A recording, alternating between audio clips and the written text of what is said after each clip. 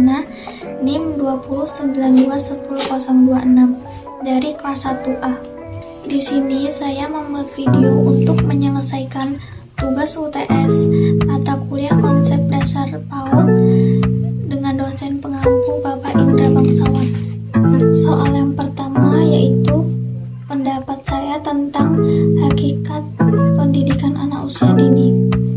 Anak usia dini merupakan kelompok yang sedang berada dalam prinsip pendidikan anak usia dini adalah individu yang memiliki pola pertumbuhan dan perkembangan dalam aspek fisik, kognitif, sosial emosional, kreativitas, bahasa dan komunikasi yang khusus sesuai dengan tahapan sedang dilalui oleh anak tersebut. Anak usia dini juga merupakan termasuk fase perkembangan yang unik dengan karakteristik yang khas, baik secara bahasa, sosial emosional, kognitif, motorik, moral, dan seni. Karakteristik ini juga ditandai dengan adanya kemampuan belajar anak.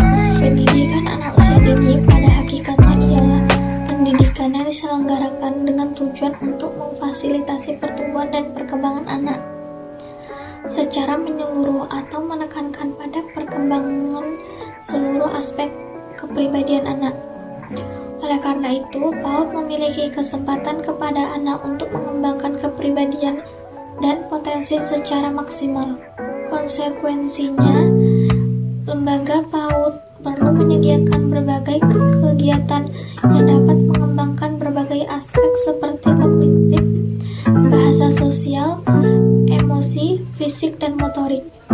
Secara yuridis, istilah anak usia dini di Indonesia ditunjukkan pada anak sejak lahir sampai dengan 6 tahun. Dalam Undang-Undang 20 tahun 2003 tentang Sistem Pendidikan Nasional, Pasal 1 ayat 14 dinyatakan bahwa pendidikan anak usia dini adalah suatu upaya pembinaan yang ditujukan kepada anak sejak lahir sampai dengan usia 6 tahun yang dilakukan melalui pemberian rangsangan pendidikan untuk membantu pertumbuhan dan perkembangan anak. Soal yang kedua yaitu bagaimana pendapat belajar sambil bermain, bermain seraya belajar. Pendapat saya, bermain merupakan cara yang paling baik untuk mengembangkan kemampuan anak usia dini dan merupakan cara alami untuk memahami diri sendiri, orang lain, lingkungan. Bagi anak usia dini, bermain jauh lebih efektif dan menyenangkan, serta memudahkan mencapai tujuan pembelajaran dibandingkan dengan pembelajaran di kelas.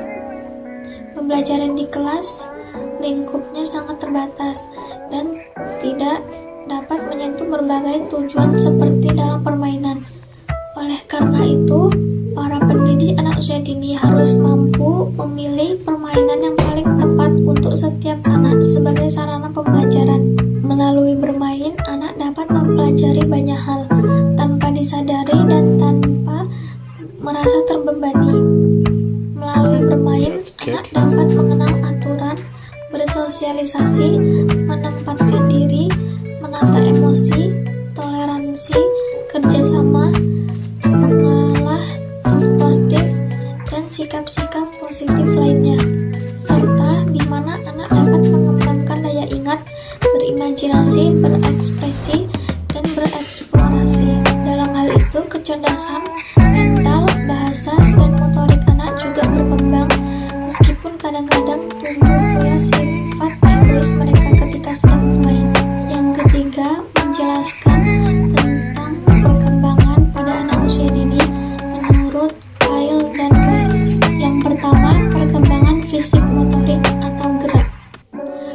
Pada aspek ini, di mana pertumbuhan fisik setiap anak tidak selalu sama.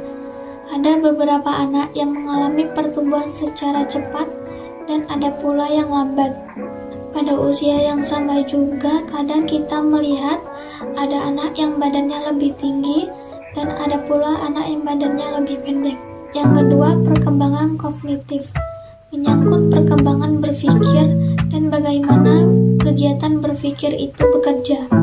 Contohnya, anak dihadapkan pada persoalan yang menuntut adanya pemecahan